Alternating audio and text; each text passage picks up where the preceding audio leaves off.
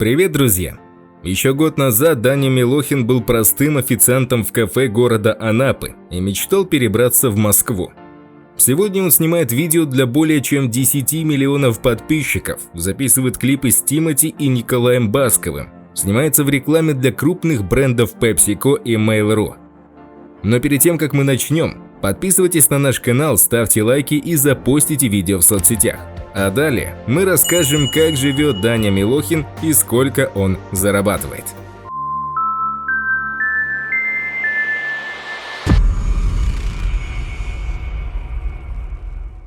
Даня родился зимой 2001 года в обычной оренбургской семье. Годом ранее на свет появился его старший брат Илья. Даня Милохин не помнит своих родителей. Они разошлись, когда мать была беременна. 3 года он вместе со старшим братом Ильей оказался в Оренбургском детском доме, в котором в конце 80-х воспитывался солист группы «Ласковый май» Юрий Шатунов. Данила вспоминает с неохотой годы, проведенные в детском доме. По его словам, воспитатели применяли телесные наказания за провинности и плохие оценки. Позднее Даня с братом попал в семью предпринимателей Дмитрия и Елены Тюленевых, у которых в семье уже было 5 своих детей.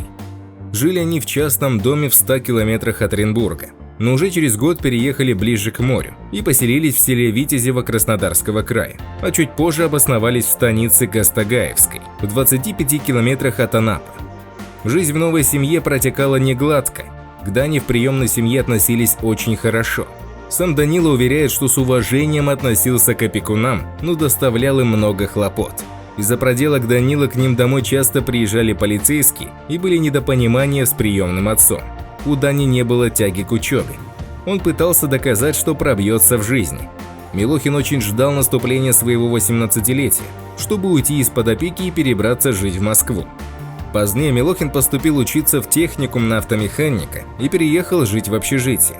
Он стал вести еще более разгульную жизнь, и к 16 годам Данила пристрастился к наркотикам. Параллельно решил попробовать себя в блогерстве. Даня завел страничку ВКонтакте, выкладывал все подряд. Фото из супермаркета, где он сидел в тележке, селфи, встречи с друзьями. Он привлекал аудиторию эпатажным внешним видом. Данила перекрасился в блондина и набил татуировки. К 17 годам он набрал 2000 подписчиков ВКонтакте, и его начали узнавать на улицах. Он завел Инстаграм, где продавал рекламу за 100 рублей. Даня начал обманывать людей на деньги, продавать рекламу и не делать ее, а на вырученные деньги покупать наркотики. Летом 2019 года при поддержке опекуна он устроился на первую серьезную работу официантом в кафе. Милохин зарабатывал по 1000 рублей в день, половина этой суммы уходила на съемное жилье. Через неделю Милохин перебрался к друзьям, так как решил, что оплачивать съемное жилье дорого. Иногда Даня ночевал на улице. Сэкономленные деньги по-прежнему спускал на развлечения. Он еще больше пристрастился к наркотикам. Расплатой за это стал разрыв отношений с приемной семьей. У Дани появилось много времени для ведения соцсетей. Он сделал ставку на TikTok, который скачал в феврале 2019 года. Сначала Даня смеялся над ребятами, которые выкладывали ролики в TikTok, но потом попробовал сам снимать и втянулся. Фишками Милохина стали ролики, в которых он шутил над тем, что у него нет мамы. Аудитории его подход понравился, ролики набирали сотни тысяч просмотров, и в декабре у него уже было около 700 тысяч подписчиков в TikTok и 150 тысяч в Инстаграме.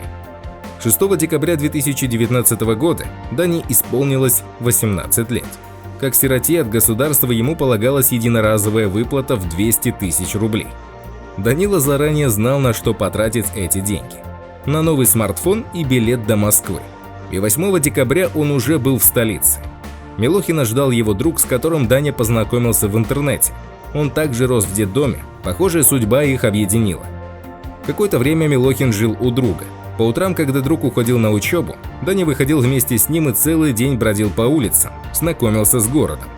По его словам, прохожие его узнавали, он знакомился с другими блогерами, снимал с ними видео в TikTok. В феврале 2020-го у Милохина случился передоз. После этого он не мог спать нормально. У него просто поехала крыша, и Милохин решил отказаться от губительного пристрастия. Но в скором времени Даня столкнулся с очередной неприятностью. Это взлом аккаунта в Инстаграм, в котором на тот момент было в районе 400 тысяч подписчиков. Преступники потребовали у Милохина выкуп 20 тысяч рублей. Но Даня ответил отказом, сославшись на то, что может создать новый аккаунт и вся аудитория пойдет за ним. Тогда преступники удалили все публикации в профиле и стали от имени Милохина продавать рекламу. Брали деньги, но потом не выпускали рекламу. Через неделю с помощью службы поддержки Instagram Дане вернули аккаунт. Блогер уверяет, что выполнил все обязательства перед рекламодателем, несмотря на то, что лично обещания не давал. В феврале 2020-го Милохина пригласили на интервью на популярном YouTube-канале «Пушка». Видео, в котором Даня рассказывал о детстве и признался в ошибке с наркотиками и недобросовестной рекламе, набрало рекордное количество – более 6 миллионов просмотров. Количество подписчиков TikTok на этом фоне перевалило за 1 800 000 подписчиков. В то же время Даня познакомился с Ярославом Андреевым, основателем агентства по работе с блогерами. По словам предпринимателя, компания постоянно ищет новые лица, и в начале 2020 года Вилбджамп решила идти в TikTok. Милохин по случайности оказался в числе первых, кому решили предложить сотрудничество. Андреев, Милохин и друг Дани, Никита Левинский, которого тиктокер взял на встречу за компанию, нашли точку соприкосновения и решили открыть дом тиктокеров по аналогии с американским проектом Hype House, который запустился в декабре 2019 года. Так в марте появился Dream Team House. Репертуар участников типичен для TikTok: танцы, шутливые сценки, челленджи и видео из повседневной жизни. Андрей признался, что готовился к тому, что проект будет убыточным, но дом тиктокеров начал приносить прибыль уже через полгода. В гостях у тиктокеров были Клава Кока, Дима Билан, Ольга Бузова, Карина Кросс, Андрей Малахов и другие медийные личности. В апреле, в разгар карантина, Милохину пришла мысль написать шутливый трек «Я дома». Слова трека отсылали к режиму самоизоляции. Тиктокер поделился идеей с командой, и они написали песню. Даня отнесся к этому как к шутке, но песня начала выходить из-под контроля. Короткий отрывок быстро разлетелся в ТикТок. Пользователи записали под него 1 300 000 роликов. В июне Даня записал трио с Тимати и Джиганом. По словам Андреева, идея записать совместный проект принадлежала самому Тимати и его менеджерам, которые заинтересовались Милохиным после выхода клипа «Я дома». Клип на песню «Хавчик», записанный при участии Дани, на момент выхода этого ролика набрал 23 миллиона просмотров.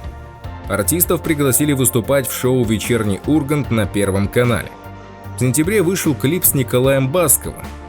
На этот раз идея коллаборации принадлежала Андрееву. По словам Андреева, Басков сразу же поддержал ее и не прогадал.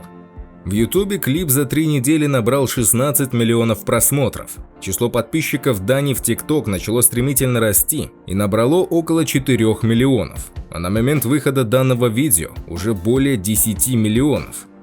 Милохина стали приглашать на различные YouTube-шоу и на федеральные каналы. Он появился на обложке журнала GQ и стал номинантом премии «Человек года». Рекламодатели тоже потянулись, среди них PepsiCo, Honor, Huawei и другие крупные бренды. Реклама брендов в TikTok у Дани стоит от 200 тысяч рублей, музыки от 75 тысяч. По словам Милохина, его среднемесячный доход сейчас достиг 2 миллионов рублей. Он признается, что популярность поначалу вскружила ему голову. Даня ленился снимать новые ролики, безумно тратил деньги на рестораны, брендовую одежду, всякую ерунду. Но сейчас взялся за голову, начал разумно распоряжаться деньгами и теперь планирует откладывать на недвижимость, автомобиль и новые творческие проекты. Милохин сейчас самый медийный из российских тиктокеров. Этим летом Даня сделал еще один важный шаг.